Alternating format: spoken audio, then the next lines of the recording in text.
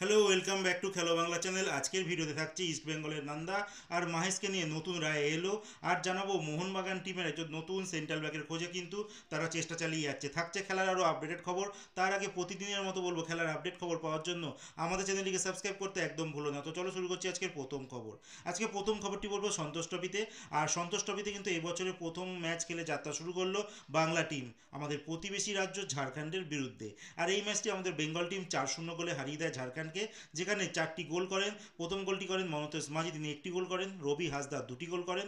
আর নরহরি শ্রেষ্ঠা তিনি 1টি গোল করেন। তো যাত্রা কিন্তু ভালোই হলো। দেখা যাক আলটিমেট কী হয়। কারণ সঞ্জয় সেনের হাত ধরে আমরা স্বপ্ন দেখছি যে আমরা এবছর যেন সন্তোষ ট্রফি চ্যাম্পিয়ন হতে পারি। বিগত কয়েক বছরে কিন্তু আমরা মূল পর্বেও উঠতে পারছি না। তো দেখা যাক আলটিমেট কী হয়, কারণ বাংলার ফুটবল কিন্তু দুর্দশার দিন চলছে।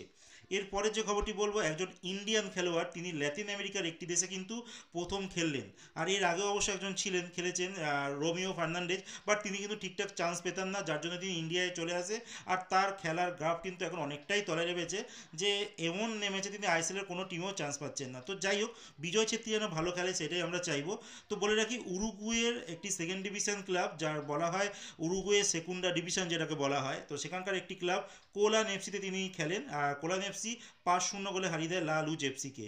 আর এই বিজয় ছেত্রী কিন্তু তিনি পরিবর্তক খেলোয়াড় হিসেবে নামে। গোল অবশ্য করেননি, বাট ভালো খেলেছেন এরকম একটা শোনা যাচ্ছে। এরপরে যে খবরটি বলবো সেটা ইস্টবেঙ্গলকে নিয়ে। ইস্টবেঙ্গল টিমের একটা রুমার উঠেছে, জানোই।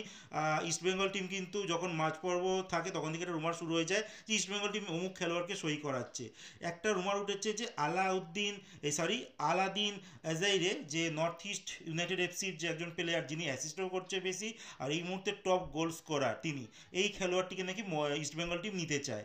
লাস্ট ইয়ার দেখেছিলে যে ইস্টবেঙ্গল কিন্তু টপ স্কোরার দিমিত্রি দায়ামান্তাঘোষকে সাইন করেছে।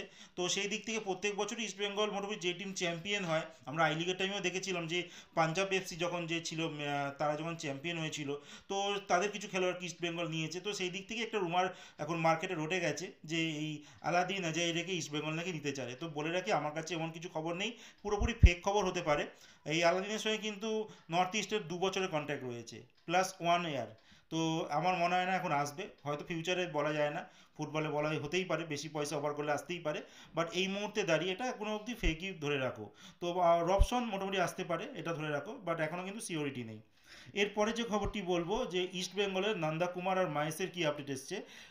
এআইএফএ সরি এই যে আইএসএল চলছে, তো সেখানে নিয়ম আছে ডাইরেক্ট রেড কার্ড দেখলে কিন্তু 2 ম্যাচ নির্বাসন হয়।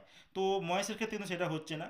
তো মোটামুটি বুঝতেই পারছো যে এআইএফএফ তারা মানছে, বা আইএসএল কমিটি তারা মানছে যে রেফারির কিছু ভুল ছিল।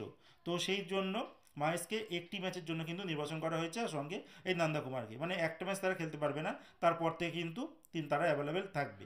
এরপরে বলবো মোহনবাগানের কথা। মোহনবাগান কিন্তু একজন ইন্ডিয়ান সেন্ট্রাল ব্যাকের খোঁজে তারা রয়েছে। আর সেই দিক থেকে আনোয়ার আলীকে তারা হারিয়ে ফেলেছে। আনোয়ার আলী 5 বছরের ডিলে ইস্টবেঙ্গলে চলে গেছে, কিন্তু আসছেন না। আর এই মুহূর্তে দাঁড়িয়ে একটা প্রতিভাবান খেলোয়াড় যদি বলা হচ্ছে অ্যালেক্স সাজি, এই খেলোয়াড়টিকে নতুন সেন্টার ব্যাক হিসেবে দেখছে মোহনবাগান টিম, আর তাকে লং টাইম একটা ইনভেস্টমেন্ট করার চক্করে কিন্তু রয়েছে। তো দেখা যাক এই মুহূর্তে, আর এই উইন্টার ট্রান্সফার যে উইন্ডো খুলবে সেই মুহূর্তে কিন্তু আসার সম্ভাবনা নেই। হয়তো নেক্সট সিজনে মোহনবাগান টিম কিন্তু বেশি টাকা খরচা করেও একজন নতুন ইন্ডিয়ান সেন্ট্রাল ব্যাককে কিন্তু সাইন করাবে, এই দিকে নজর রেখেছে। তো বলা যায় যে নেক্সট ইয়ার কিন্তু অ্যালেক্স সাজির উপরে একটা টার্গেট রয়েছে মোহনবাগান টিমের। এবার দেখার বিষয় কতটা তারা সাকসেস পায়, কারণ মোহনবাগান টিম কিন্তু হিউজ মানি ইনভেস্ট করছে এই মুহূর্তে। যারা ইনভেস্টার রয়েছে গোয়েঙ্কা, তো তারা কিন্তু ভালো টাকা ইনভেস্ট করছে। তো সেই দিক থেকে অ্যালেক্সাজি আসলেও আসতে পারে।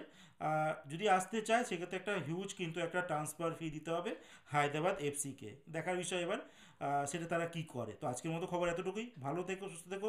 নেক্সট একটা ভিডিওতে আবার দেখা হচ্ছে।